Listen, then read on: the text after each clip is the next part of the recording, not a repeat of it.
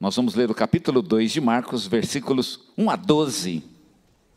Nós estamos no último domingo do mês de julho. E nesse mês de julho, a gente quis dedicar o mês para o Celebrando a Recuperação. O Celebrando a Recuperação é um projeto da nossa igreja que pretende trabalhar com pessoas que têm algum tipo de comportamento e que não seja assim, né, dentro da normalidade. Alguma coisa como compulsão ou algum sentimento que elas tenham dentro de si que não conseguem se livrar daquilo. Então a gente tem um tratamento um pouquinho mais, digamos, psicológico, embora o princípio do projeto é a palavra de Deus e os 8 princípios são baseados nas 8 bem-aventuranças de Jesus lá em Mateus. Então a base é a palavra de Deus, mas a gente se permite ser um pouquinho mais psicológico, digamos assim, e tem uma metodologia um pouquinho mais participativa, onde as pessoas podem então falar um pouco dos seus problemas e encontrar cura para seus problemas e para suas feridas interiores. É muito legal, eu participo aqui toda quinta-feira com os irmãos e é uma bênção estar com eles e a gente realmente encontra algo de maravilhoso, não tanto pelo projeto, né, pela parte psicológica, mas exatamente por causa da palavra de Deus que está na base de tudo o que a gente faz aqui, tá certo? Uma das coisas importantes sobre o Celebrando é que o Celebrando ele fala sobre as dificuldades da vida, sobre esses problemas que são de todo mundo tem, não é? A gente fala de problema e a impressão que tem é que só alguns têm problema, todo mundo tem. É uma das coisas, inclusive, que as pessoas que estão com dificuldade precisam entender, é que não é só ele que está com dificuldade, todo mundo tem luta. É difícil a gente entender e o que acontece, que algumas pessoas talvez encarem aquela luta com um desafio maior. Talvez encare como uma dificuldade um pouco maior. Por que será? Eu não diria que elas são fracas ou mais frágeis. É muito difícil responder essa pergunta, mas é bem verdade que algumas pessoas elas sofrem um pouco mais por coisas que já são, de fato, bastante sofridas. Por exemplo, perdas. A perda é uma coisa muito sofrida. Não tem como falar para alguém que morreu alguém que você ama e você está tudo bem. Não tem isso, não existe, né? Todo mundo vai sofrer, todo mundo vai chorar. Isso é natural e é normal. Mas parece que algumas pessoas sofrem um pouco mais, choram um pouco mais.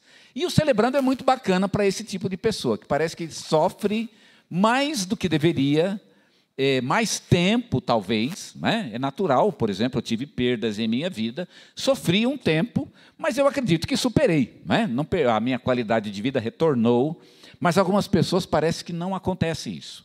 Então, alguns vão buscar psicólogos, outros vão tomar remédio, né? Eu não acho que é um problema, eu acho que, de fato, isso pode acontecer. Eu até tenho uma ideia, não sei se é uma ideia muito boa ou se é uma ideia ruim, de que Deus ele criou as pessoas com força interior diferente. Não é todo mundo que é forte interiormente, como ele fez, inclusive, com o corpo. Deus não criou todo mundo com o corpo sadio, né? com a mesma capacidade de saúde. Deus criou alguns que têm um corpo forte e alguns que têm um corpo frágil. Isso é uma coisa natural, e quando a gente aceita isso, a vida fica muito mais simples, né? Fica muito mais fácil, porque a gente aceita as fraquezas e vamos investir, né, para compensar as fraquezas num investimento de trabalho que possa nos ajudar, então, a suprir aquela carência. Quando nasceu o nosso filho, por exemplo, um deles, ele tinha deficiência de ferro, ele nasceu anêmico. E a gente foi durante vários meses, levando para o médico, e fazia tratamento, e dava feijão, e o negócio era impressionante. O menino não tinha ferro. E aí, um dia, o médico chegou para a gente e foi o que realmente resolveu o nosso problema. Ele falou assim, olha, não tenta resolver esse problema, não é? Ele tem esse problema, mas não é. Ele está indo bem, continua dando a comida, dá uma caprichadinha no ferro, mas não precisa, né, fazer disso um cavalo de batalha.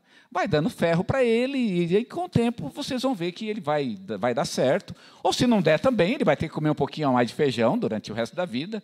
O fato é que a gente esqueceu desse problema e simplesmente a gente não sabe, né? Nunca mais fizemos, né? Está lá, está vivo até hoje, com saúde, é uma bênção, tá certo? Então, muito bacana, não sei se nem gosta tanto de feijão, ou gosta, não sei, mas o fato é que passou. Então, Deus nos criou, assim como o nosso corpo, e nem todos nós somos igualmente fortes fisicamente, nem todos também são igualmente fortes interiormente. Alguns são mais frágeis interiormente. Por exemplo, me perdoem as irmãs, não é? Isso é até bíblico, né? Pedro fala sobre isso, um dia vocês leiam lá, de que a mulher, por exemplo, é emocionalmente mais frágil. Eu acho que eu não estou falando nenhum absurdo aqui, né? De que a mulher é emocionalmente mais frágil. Está certo ou não? Tudo bem? Amém por isso ou não? E não é um problema, uai. Não significa fraca, que ela é mais fraca, né? Ela é frágil, mas não necessariamente mais fraco. Os computadores modernos, por exemplo, talvez sejam mais frágeis do que os computadores de antigamente, que eram os negócios grandão, né? Aliás, nem tirava do lugar, inclusive, de tão grande que era. E hoje os computadores são 1 milhão de vezes mais fortes do que eles, e, no entanto, também são mais frágeis, né? Quer dizer, ser mais frágil não significa ser mais fraco. Eles são muitíssimo mais fortes do que os computadores de antigamente. Mas é verdade que elas são realmente emocionalmente mais frágeis. Quando Pedro ele fala sobre isso, ele fala para o homem tomar cuidado com isso. Porque como o homem é emocionalmente mais forte, ele pode achar que a mulher aguenta qualquer coisa. O homem aguenta. Né? Lá em casa eu já contei para vocês que o negócio é tenso lá. Eu visto uma camisa e vou sair, a mulher fala, pode trocar essa camisa. É nesse jeito, é nesse nível. Pode trocar a camisa. Mas imagina, eu não posso falar isso com ela, não é? Mas tranquilo, eu acho que ela entende que eu sou homem, eu aguento o tranco, mas ela não vai aguentar esse tranco. Eu preciso ir com muita calma, né? A camisa não está boa. Amor, você não acha que... Não é? Eu tenho uma camisa linda que você faz tempo que não usa, não é? E você vai ficar muito linda com ela. Olha que coisa bacana. Porque a mulher é emocionalmente mais frágil. Vejam, se Deus criou mulheres mais frágeis emocionalmente, nada impede que Ele tenha criado pessoas mais frágeis, e isso é bem verdade. Deus nos criou com fragilidades. Alguns têm mais fragilidade, outros têm menos, o que não significa que os mais frágeis sejam necessariamente mais fracos. Houve uma pessoa muito famosa, não sei se vocês já viram falar de Charles Spurgeon. Charles Spurgeon foi o maior pregador da Inglaterra do século XVIII. O maior pregador da Inglaterra. E ele tinha crise depressiva, por exemplo. Ele era depressivo. Chegava na hora do culto, era muito comum que Spurgeon não estivesse no culto. Cadê ele? Naquele tempo não tinha celular, que nem hoje, né? Pastor, onde é que o pastor está? Estava em casa numa crise depressiva. Aí os diáconos tinham que ir lá né? Ir lá na casa dele, pastor, vamos lá, o povo está esperando, vamos lá pregar. E ele, não quero, mas ia. Irmãos, crise depressiva. E ele era o maior pregador da Inglaterra. Vocês já pararam para pensar nisso? Um homem de Deus incrível. Ele era incrível. Um servo de Deus daquele tipo que a gente eu não sou digno nem de desatar a correia do sapato dele. E, no entanto, ele tinha esse tipo de problema. Vejam, ele era mais frágil, o que não significa que ele era mais fraco. Pelo contrário, ela é muitíssimo mais forte do que qualquer pregador moderno que eu conheça. Quero falar um pouquinho sobre isso, então. Se você é do tipo mais frágil, o que não significa que você seja mais fraco, ok? Então, eu quero falar um pouquinho a respeito disso. E quero falar sobre uma fragilidade muito específica, porque existem várias fragilidades. Alguns, por exemplo, choram muito, né? Alguns, por exemplo, tomam algum tipo de medicamento quando está com problema, fica dependente, às vezes, do medicamento. Mas eu quero falar sobre uma fragilidade específica, a inatividade. Inatividade. Existem algumas coisas que paralisam, alguns problemas que paralisam algumas pessoas. E aí, quando ele está diante da dificuldade, do conflito, da luta, o que acontece é que ele para tudo, desliga o sistema. E aí, ele vai para a cama. Ou então vai para o sofá, né? Vai assistir filme, não vou. Aquela coisa de que não consegue fazer nada, ele paralisa. E eu quero falar um pouquinho sobre esse negócio de paralisar. E quero falar sobre um homem dos evangelhos que, coincidentemente, tinha paralisia. Ele era um homem paralítico e ele tinha uma certa dificuldade, e eu quero ver como é que ele resolveu esse problema de paralisia. A paralisia dele era uma paralisia física. De fato, ele era realmente um paralítico. Eu quero comentar um pouquinho com vocês a respeito deste homem, lá em Marcos, capítulo 2. É um texto sobre um paralítico que foi curado por Jesus, e eu quero, a partir desse texto, pensar um pouquinho sobre o caminho da vitória, sobre os desafios que nos paralisam. É muito comum que, se você tem um desafio muito grande, você paralise, né? Paralise, de repente você bloqueia. Isso é até uma defesa do sistema, né? Do sistema nervoso. Você está diante de um desafio muito grande e você bloqueia. Talvez você, por exemplo, aqui na frente, eu já, depois de 30 anos de ministério, eu fiquei meio sem vergonha. Sem vergonha no sentido de que perdi a vergonha, não é? De ficar na frente, assim, do palco. Então, eu sou meio tranquilo com isso, até porque seria uma dificuldade. Eu não conseguiria exercer a minha função se eu tivesse vergonha.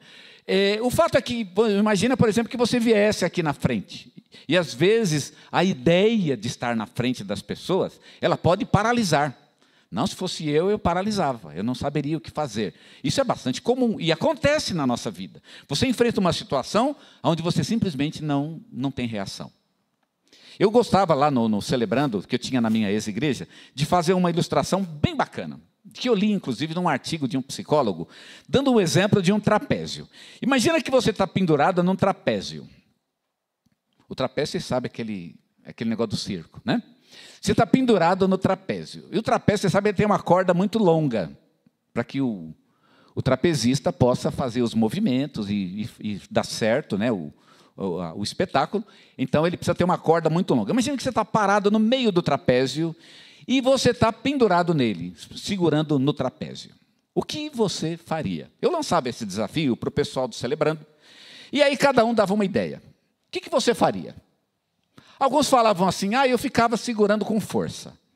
Não importa quanto você vai segurar com força, a tua mão não vai aguentar muito tempo. Você vai segurar 2, 3 minutos e você vai cair. Alguém falava assim, eu tentaria, por exemplo, eu soltaria e cairia. Vai cair de qualquer jeito, né? Alguém falou assim para mim, mas eu tentaria sentar no trapézio. Eu acho que a ideia de sentar no trapézio é bem bacana. Porque se você sentar no trapézio, você pode ficar lá durante, de repente, várias horas. Se ninguém encontrar você, você vai acabar caindo de qualquer jeito. Mas, pelo menos, sentado no trapézio, pelo menos você tem uma chance de sobreviver, né? Você tem algum tempo, até que o cansaço e o esgotamento vão derrubar você naturalmente. Só que, para você sentar no trapézio, é uma dificuldade imensa. Imagina sentar num trapézio se você está pendurado nele. Primeira coisa que você tem que fazer, você tem que erguer os braços, tá certo? Aquele negócio de fazer barra, né? Você precisa estender o corpo para cima e, a partir daí, você precisa se acomodar no trapézio. E isso vai cansar os seus músculos. O que provavelmente vai acontecer é que, se você não conseguir sentar no trapézio, os seus músculos vão ficar cansados. E se você tinha 3 minutos... Então, depois de tentar sentar no trapézio, se você não conseguir sentar, você não tem mais 3, você só tem mais 1, porque os seus músculos agora ficaram cansados. Mas então não tem solução? Sim, tem solução. A solução é fazer alguma coisa. O que você não pode fazer é ficar parado. Porque se você ficar parado, você vai cair em 3 minutos. Se você tentar sentar e não sentar, você cai em 1. Mas pelo menos existe uma chance em 100 de você conseguir sentar. Então, você tem uma chance em 100, você tem que agir. Você tem que agir. Só existe uma chance de dar errado na tua vida, é se você não fizer nada. Aí vai dar errado mesmo. É melhor fazer a coisa errada, mas é melhor fazer alguma coisa.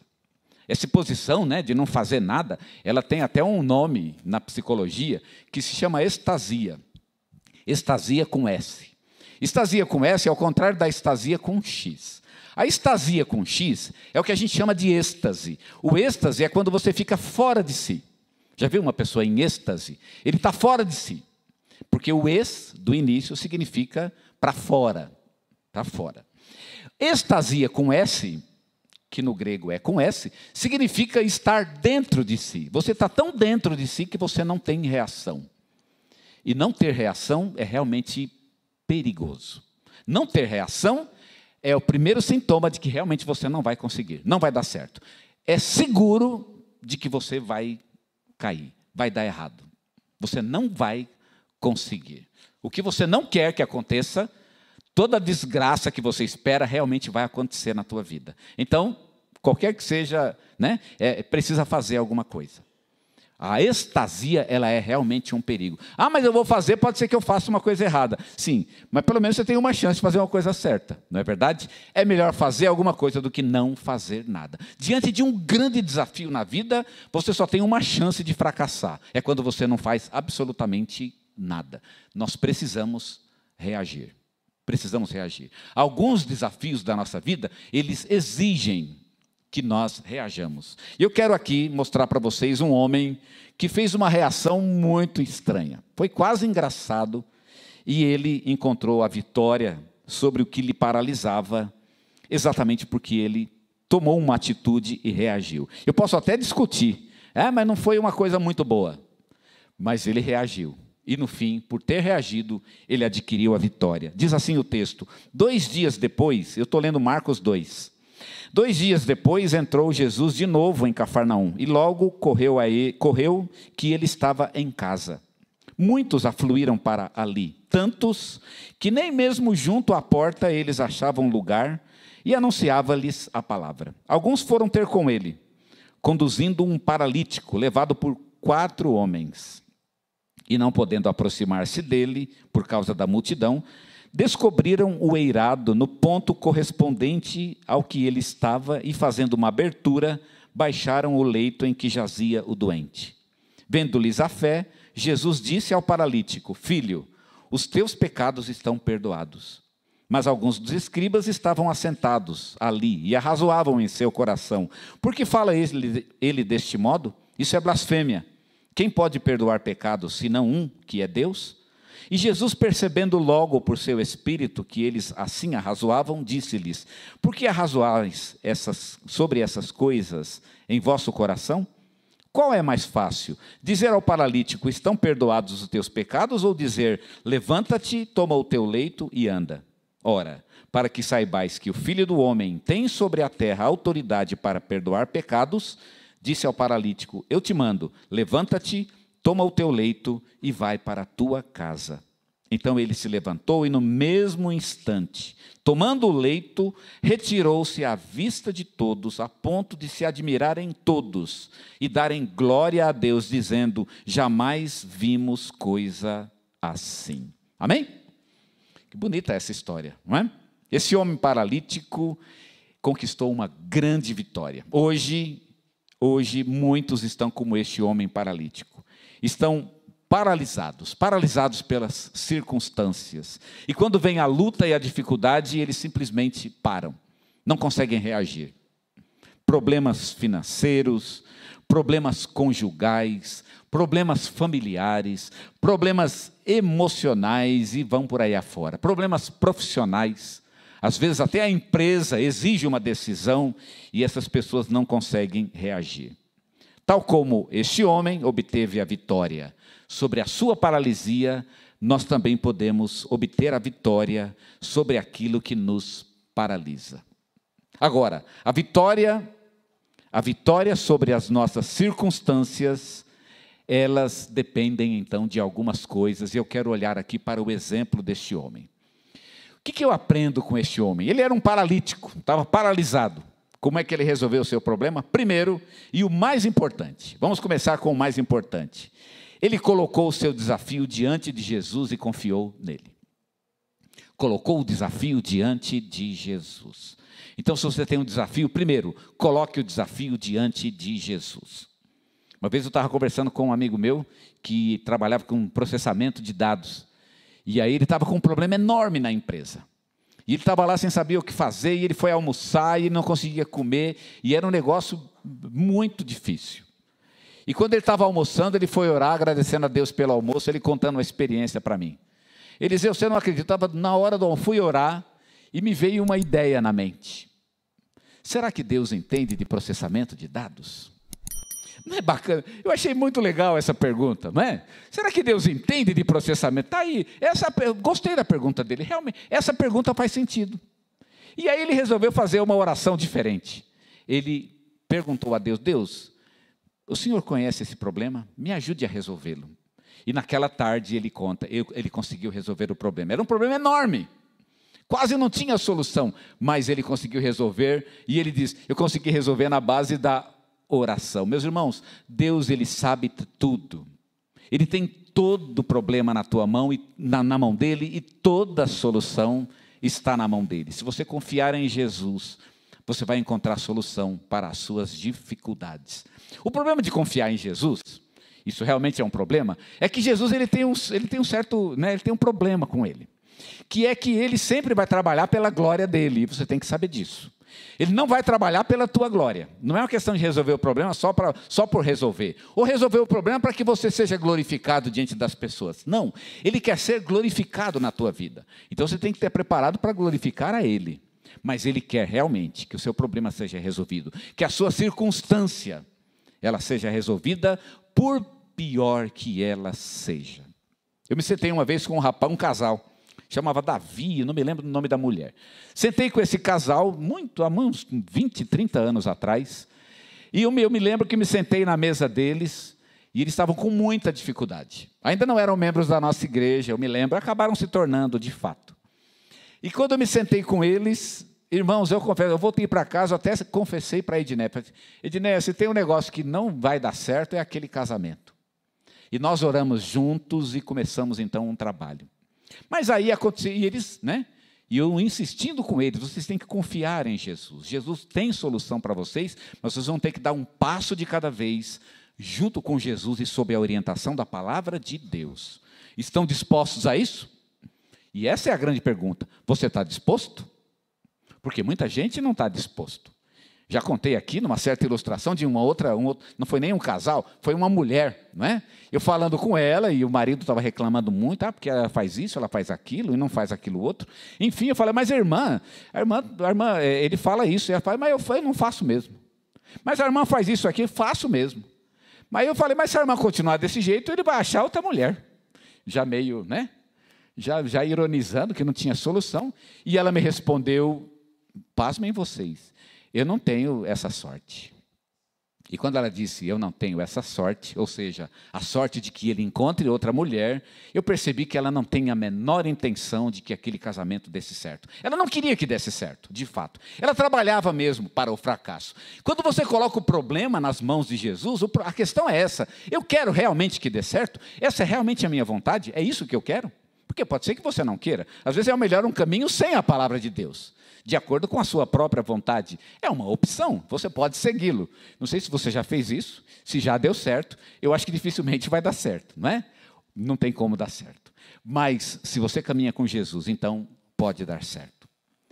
Nós conversamos com Davi, sua esposa, e depois saímos da igreja e, durante uns 20 anos, nunca mais nos encontramos com ele. Um dia a gente estava numa sorveteria, e olha que interessante, lá no interior, quem aparece na sorveteria? Davi. E adivinha quem estava do lado dele? A mulher e uns filhos. E eles entraram e sentaram e nos abraçamos, e eles confessaram, pastor, a gente está bem, mas já fazia 20 anos, e ainda estavam juntos. Orientação da palavra de Deus. Se você confiar em Jesus, ele tem solução, mas você tem que confiar nele. Você tem que acreditar que o caminho dele é o melhor. Não é a tua felicidade que importa. Ah, mas se eu seguir por esse caminho, eu vou chorar. Então chora, não é? Pode chorar, pode começar então, não é? Ah, isso é o ferro do suplício, traz o ferro. Pode começar. É um chicote na minha vida, traz o chicote, manda bala. Porque realmente, se for esse o problema, você vai ter que caminhar com ele e vai ter que ser do jeito dele. Aqui o paralítico sabia que Jesus era a solução. Se você sabe que Jesus é a solução, você tem que acreditar nele e confiar nele e andar com ele. É um jogo, como chama o Hudson Taylor. Ontem lá na igreja do Palmeiras eu estava pregando e comentei sobre o Hudson Taylor. No livro, inclusive, incrível do Hudson Taylor, chamado O Segredo Espiritual, de Hudson Taylor. Se vocês gostam de ler, leiam esse livro, que realmente é maravilhoso. O Hudson Taylor chamava de o jogo à moda do rei. O jogo à moda do rei é uma vida segundo a qual você vive de acordo com a vontade de Deus. Você joga, mas quem dá a regra é Jesus Cristo. Você pode mover as peças, mas a regra é Ele que dá. Mas se Ele dá a regra, como é que eu jogo com alguém que estipula as regras? Ele vai ganhar. Então você começou a entender, está começando a entender o tamanho do problema, não é? Jesus, no final, Ele vai ganhar de todo jeito. Então você tem que jogar de acordo com a vontade dele, mas tem que colocar o problema na mão dele. É ele que tem solução, é ele que tem resposta, é ele que te ajuda. Ele é o teu Deus, é ele que vai te ajudar. Precisamos ter consciência de que Jesus é poderoso o suficiente para nos ajudar, em qualquer situação. A segunda coisa que eu vejo neste paralítico é que ele conta com a ajuda de outras pessoas. Eu acho bacana o versículo 3 que diz: alguns foram ter com ele conduzindo um paralítico, levado por 4 homens. O texto, do jeito que ele está colocado aqui, até dá a impressão que tinha mais de 4. E 4 estavam segurando a cama. 4 pessoas segurando a cama e um grupo provavelmente acompanhando aqueles 4 e o paralítico em cima da cama. Eu acho bacana a ideia de que ele vem acompanhado por um grupo. Quer dizer, o cara ele era paralítico, mas ele era um cara bem ambientado, né? Ele era socialmente muito querido, porque ele tinha um grupo que o apoiava. Eu não sei o que esse grupo veio fazer, eu acho que o grupo veio para apelar, né? Se Jesus de repente não quisesse, e Jesus de repente olhasse, Jesus não tivesse lá muito afim de fazer o milagre, fala, não, vamos lá, porque se Jesus não tiver afim, a gente vai lá e vai apelar. A gente chega junto, e Jesus, não, quebra o galho aí, pelo menos essa, só mais essa. Sabe como é que é, né? O grupo ali dá um apoio, e foi o grupo atrás de Jesus. Eu achei isso muito legal, porque ele tinha amigos. Tem uma música do Estênio Márcios que conta essa história, e ele começa exatamente com essa frase: era um paralítico, não, era um aleijado, mas que não vivia só, tinha 4 amigos. Ele era um aleijado. Você pode até pensar, mas um aleijado é difícil ter amigo. Pois é difícil um aleijado ter amigo, até pode ser. Mas esse cara, eu acho que não era não. Para ele era fácil, porque ele tinha vários amigos. Tinha gente com quem ele podia contar. E quando chegou na hora da dificuldade, quando chegou no momento X, né, naquele momento mesmo em que a solução estava presente, ele podia contar com essas pessoas. Ele podia chamá-las. Eu até imagino ele chamando, né? Gente, eu vou lá, Jesus está lá, eu estou querendo ir lá, não quer ir lá comigo? Vamos dar uma força lá. E ele conseguiu juntar um grupo em torno de si. Você consegue juntar um grupo em torno de si? Quando chegar a dificuldade, com quem é que você pode contar?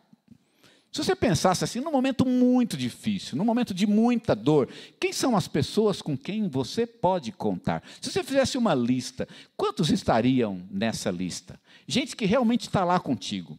Vamos imaginar que seria muito difícil resolver o problema, mas você pode contar com essas pessoas. Quem são elas? Essa pessoa, esse paralítico, ele tinha amigos que poderiam ajudá-lo. E isso é muito legal, muito legal. Ele conta com a ajuda de 4 homens que estavam dispostos, né? E os caras estavam dispostos a ir fundo mesmo no problema, porque veja que eles abrem o telhado, né, para colocar o paralítico ali onde estava Jesus. O pessoal realmente estava comprometido com ele. Eu até acho que o paralítico até desistiu, falei, gente, aí não vai dar certo, esse negócio, aí tem muita gente, porque a casa estava muito cheia, não vai ter como, eles não vão deixar a gente entrar, mas os amigos, não, vamos dar um jeito, vamos criar uma solução alternativa. Ter amigos é incrível. Porque muitas vezes uma coisa que você não imaginava, um caminho que você não tinha em mente, algum amigo teu, de repente, tem aquela ideia e olha que bacana, você encontra a solução para seus problemas. A vitória, muitas vezes, ela começa quando a gente admite diante de nossos amigos que nós estamos com problema. Às vezes as pessoas só contam que está com problema quando o negócio já desandou, não é? Ah, pastor, pode me ajudar num casamento? Posso. Já aconteceu isso várias vezes, né? Posso, irmão? Cadê a mulher? Não, a mulher já foi embora. Mas como assim? Já faz 10 anos, inclusive, não é? Me ajuda em oração. Eu falei, meu irmão, tem que orar para arrumar outra, então, porque agora já, né? Porque agora já foi. Querido, já era. Irmãos, a gente tem que botar na mente que, às vezes, tem um momento certo. Conta com aqueles que são ao seu redor. Como é difícil a pessoa chegar e, olha, eu estou com um problema. Pastor, eu estou com dificuldade, meu problema é esse. Né? Vamos lá, vou ajudar. Estou endividado. Opa, então, aí está difícil, né? Vou ajudar em oração, não é? Vou ajudar em oração. Aí está com problema mesmo, né, na verdade. Irmão, mas chega e fala, gente, eu estou com problema, estou com dificuldade. A minha luta é essa. E a solução começa exatamente assim. Eu já contei aqui sobre o Celebrando, né, que o primeiro dos 12 passos do Celebrando, que são, aliás, os mesmos passos dos Alcoólicos Anônimos, é exatamente a confissão de que você está com problema. E o primeiro dos princípios, dos 8 princípios dos Evangelhos, é exatamente a confissão de que você está com problema. Eu admito que sou impotente para resolver os meus problemas. Essa é a admissão. Eu sou impotente, não consigo. Se ficar sozinho, eu vou me perder. Alguma coisa vai dar muito errado na minha vida. Eu preciso de gente do meu lado. E o paralítico tinha gente do lado dele. Quem são as pessoas que podem te ajudar no momento da luta, da dificuldade? Quem são? Você pode contar com elas. Você pode contar com a ajuda dessas pessoas. Nenhum de nós é autossuficiente. Todos nós precisamos de outras pessoas ao nosso redor. Na Bíblia, muitos contaram com ajuda. A cooperação ajudou pessoas em momentos de fraqueza. Moisés, por exemplo, um dia percebeu que não podia trabalhar sozinho, teve que contar com outras pessoas. Neemias levantou um muro, aliás, um muro que estava caído já fazia quase 90 anos, né? 80 anos o muro caído, e ninguém nunca conseguiu levantar aquele muro. Sabe um muro caído que ninguém levanta? Se bem que o muro era um negócio gigantesco, né? Mas tudo bem, está caído já faz 90 anos, irmãos. Um problema de 90 anos, ninguém resolvia. Neemias foi lá e levantou um negócio em 56, né? 52 dias. 52 dias. Ué, como é que é isso? 52 dias. Sabe o que Neemias fez? A primeira coisa que Neemias fez, ele juntou o povo. Gente, a gente tem que estar junto. Se a gente não ficar junto, a gente não vai fazer nada. Pois é, o povo se juntou e um problema que se arrastava por dezenas de anos foi resolvido em 52 dias. Você precisa de gente do teu lado. Você coloca a gente do teu lado e os problemas começam a encontrar soluções. Lá em Mateus capítulo 18, versículo 19, Jesus diz: se 2 de vós na terra concordarem acerca de qualquer coisa que pedirem, isso lhes será feito por meu Pai que está nos céus. Jesus está dizendo, até a oração em grupo é mais poderosa. Até a oração em grupo. Não é incrível pensar nisso? Pode orar sozinho? Pode, a oração sozinha tem um grande poder, mas quer turbinar a oração? Ora em grupo. A oração em grupo, ela é uma oração turbinada. Ela tem força, ela tem poder. Jesus fala, se vocês concordarem, se 2 concordarem, ali estou eu no meio deles. E isso será ouvido por meu Pai que está no céu. Nós precisamos de pessoas ao nosso redor. A terceira coisa que eu vejo nesse paralítico, e foi bênção na vida dele, é que ele teve determinação e força de vontade, porque o caminho foi difícil e ele teve que enfrentar obstáculos. Tem obstáculos no meio do caminho. Irmãos, a vida tem obstáculos. Eu queria que a vida fosse mais fácil, mas ela não é. E a solução é você fortalecer o seu coração. Não há solução para a vida, né? A vida não tem solução, como disse lá o Tom Jobim. Aliás, falar em Tom Jobim, me lembrei agora de uma música da Simone Guimarães, onde ela fala, lá na terra de onde eu vim, um homem não teme o mar. Levanta a vela e vai. Parte para não voltar. É uma maneira muito poética de dizer que eu vim de um lugar onde os homens não têm medo da morte. E eu acho que isso é meio que importante para cada um de nós também. Nós precisamos de coragem para enfrentar a vida, porque os desafios são grandes. Se você se derrete por qualquer coisa, se qualquer coisa te paralisa, se qualquer coisa te destrói, então você está com um problema diante da vida. A vida é dura. E aqueles que estão em posição de autoridade e começam a crescer na vida, vão enfrentar problemas ainda maiores. Não esperem que seja fácil. Ah, para ele é fácil. Ele tem posição, ele tem poder, ele tem dinheiro, ele tem amigo, ele tem, né? Mas, irmãos, quanto mais alta a posição, muito maiores são os desafios. Eu imagino que certas pessoas têm desafios e problemas tão grandes que eu mesmo não os suportaria. Imaginem, eu não os suportaria. Pois é, nós precisamos ter determinação, porque o caminho pode ser muito, muito, muito difícil. E o que você vai fazer? Você não pode se deixar vencer por aquilo que te impede. Quando eles chegaram lá na casa, tinha uma multidão na casa e eles não conseguiam entrar. Eles podiam falar, vamos voltar para trás, não tem o que fazer. Não, vamos encontrar um outro caminho. E encontraram. Aqui, a determinação desses homens de realmente buscar uma solução, de encontrar uma solução. Eles foram determinados, eles demonstraram fé, eles buscaram uma solução.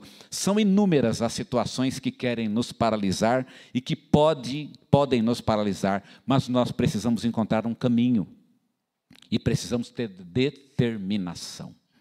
Ficar firme, a solução existe, mas eu preciso insistir. Eu tenho que insistir. Dá vontade de desistir. Mas qual é a opção para quem desiste? A opção é morrer, não é verdade? Não, eu estou num processo aqui, mas está difícil. Irmão, é difícil mesmo. Você tem que persistir. Talvez nunca seja fácil, mas você precisa persistir. Os desafios são grandes, mas você tem que ficar firme. A solução vem no tempo de Deus, mas você tem que ficar firme. Não desista, porque a solução virá. Em quarto lugar, a gente precisa manter como primeiro desafio a vitória interior. Quando esse homem chegou lá e abriu o telhado, né? Vocês conhecem a história, eles abriram o telhado e colocaram o paralítico bem onde Jesus estava.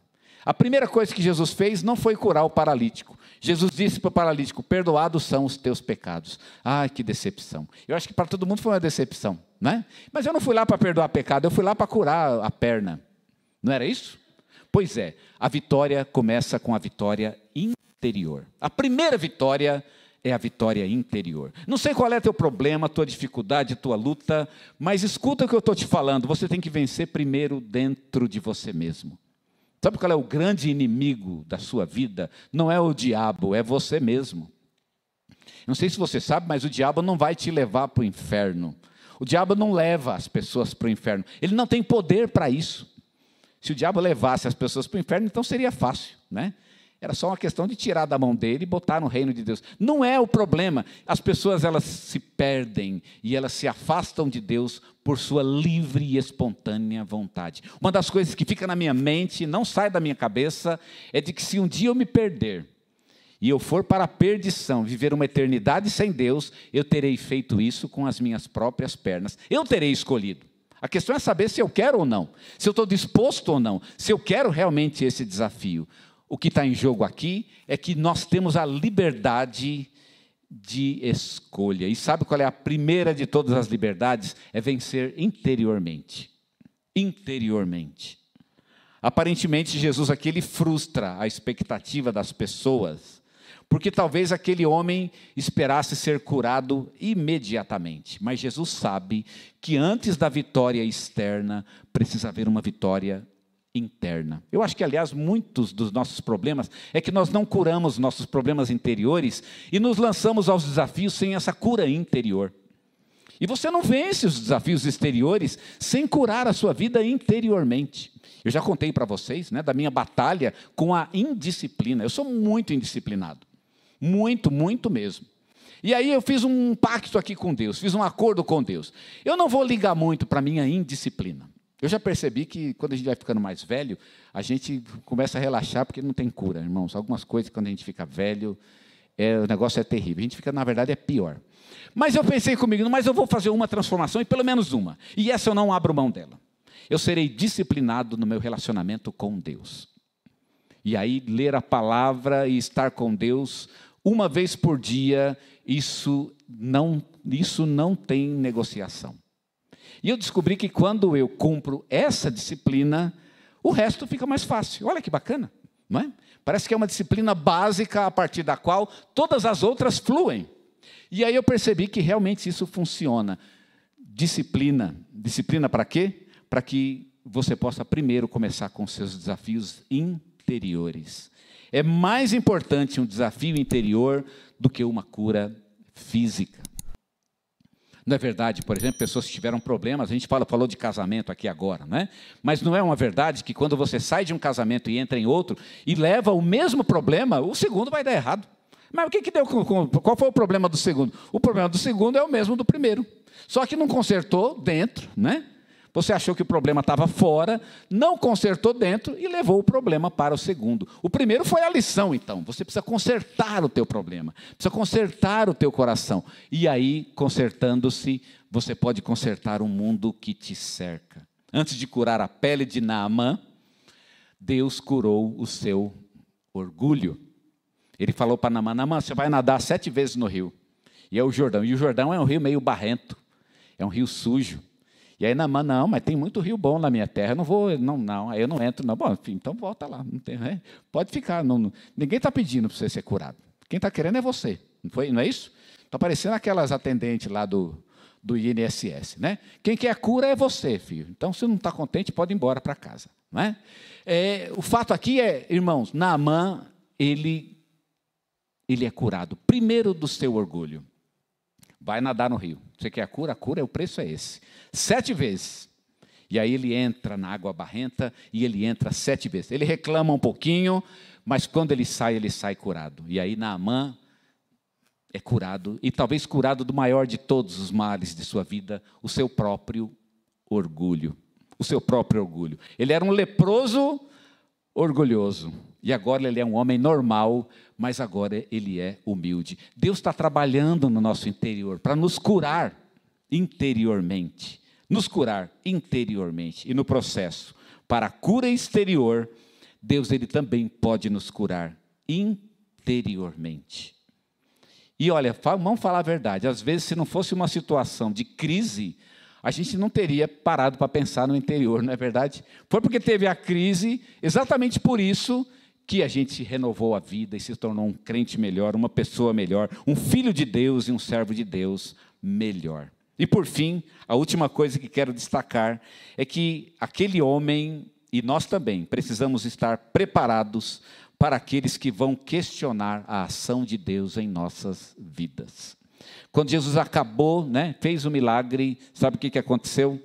Houve murmuração. E começou com o perdão. Começou com o perdão. Capítulo 2, verso 6. Alguns dos escribas estavam assentados ali e arrazoavam em seu coração. Por que fala esse deste modo? Isso é blasfêmia. Quem pode perdoar os pecados, senão um que é Deus? Para falar mal não falta gente.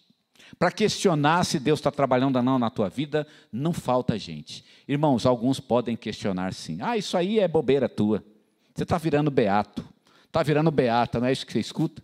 Está dando dinheiro para o pastor. Vai ter um monte de gente falando um monte de coisa, mas você sabe se Deus trabalhou na sua vida ou não.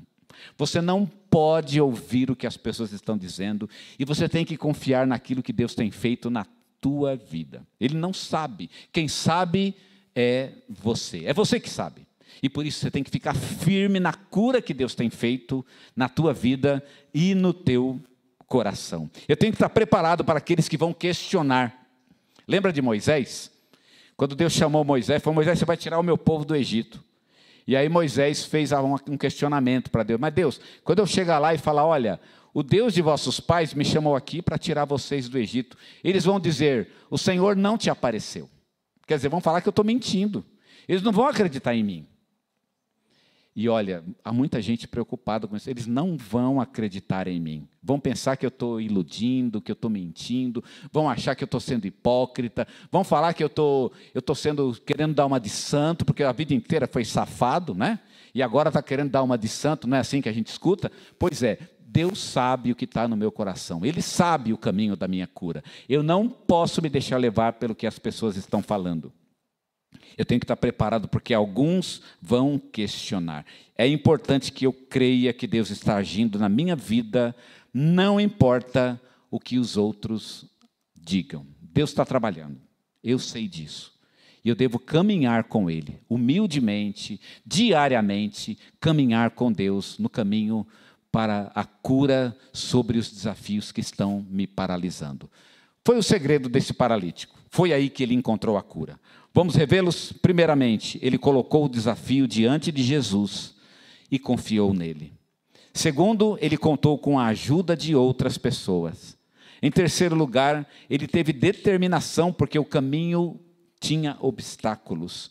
Em quarto lugar, ele manteve como princípio, primeiramente, a vitória interior. E por fim, ele teve que estar preparado para aqueles que iriam questionar a obra de Deus em sua vida. Eu quero que você abaixe a cabeça e ore comigo.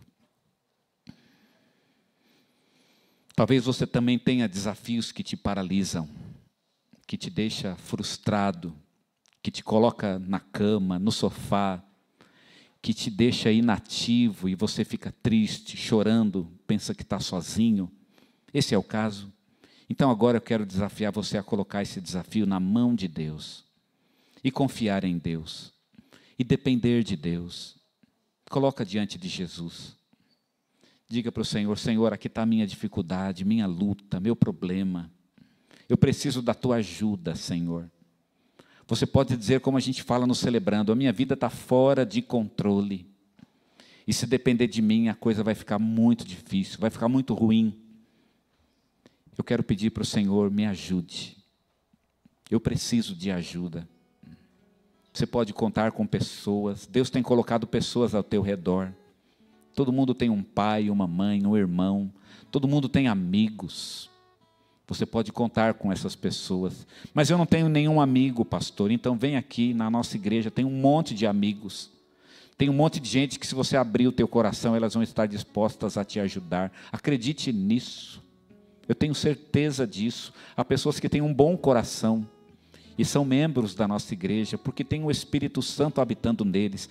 Você pode contar com pessoas. Pede ajuda, pede ajuda. Prepare-se, porque o desafio pode ser grande, pode haver obstáculos. Prepare-se para isso. Não pense que a luta vai ser fácil, vai ser difícil, mas você vai vencer. Prepare-se para os obstáculos. Lembre-se da vitória interior. O problema que está por fora é resultado de um problema que está por dentro. Então pede para Jesus: Jesus, o meu coração precisa ser transformado. Às vezes eu peço pela minha vida, minhas dívidas. Meu irmão, as tuas dívidas são fruto de um problema interior. Você tem que consertar primeiro o teu coração. Se você consertar o teu coração, você vai ver sobrar dinheiro. Os meus relacionamentos. Meu irmão, teus relacionamentos são resultado de um problema interior. Conserta teu coração e você vai ver os teus relacionamentos sendo curados. O meu casamento, as minhas amizades, o meu emprego, a minha vida. Tudo isso começa com uma vitória interior. E Jesus está operando cura. Jesus está operando a bênção sobre nossas vidas, ajudando-nos e dando-nos vitória, primeiramente em nosso coração. Vitória sobre nós mesmos, sobre nosso próprio egoísmo, sobre nossa própria indisciplina. Jesus está nos dando vitória sobre nossa carnalidade, nosso interesse nas coisas deste mundo. Jesus está nos dando vitória sobre o nosso materialismo. Jesus está nos dando vitória sobre nossa ira descontrolada. Ele está nos dando vitória sobre nossa amargura. Essa amargura que responde mal a qualquer pessoa que nos ofende.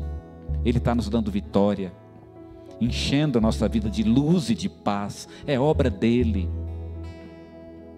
Recebe a cura do Senhor Jesus em seu próprio coração. E a partir do seu coração você vai ver como as coisas vão mudar na tua vida. E por fim, esteja preparado. Quem é que vai falar mal de você? Quem é que não vai acreditar em você? Não importa.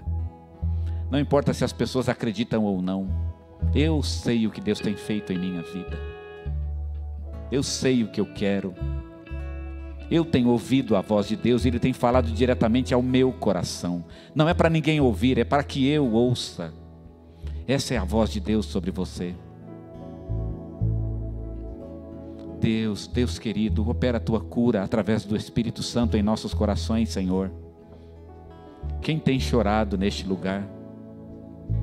Quem tem enfrentado desafios terríveis em suas vidas, ó Pai, e tem enfraquecido diante deles? Quem, Senhor? Precisamos, ó Pai, da obra do Senhor em nós. Precisamos, ó Pai, da unção de cura do Teu Espírito Santo, que purifica nossas vidas das nossas chagas, das nossas feridas, das nossas dores. O Espírito que seca as nossas lágrimas, ó Senhor. Opera poderosamente sobre o Teu povo, Senhor. Opera a Tua cura. Nós recebemos, ó Pai, o medicamento do Espírito Santo sobre nós e aceitamos a obra dele em nossos corações para nos ajudar, para fortalecer o nosso interior, para nos encher com a luz do Senhor. Ó Deus, obra do Senhor em nós. Opera a cura, Senhor. Opera a cura no Teu povo.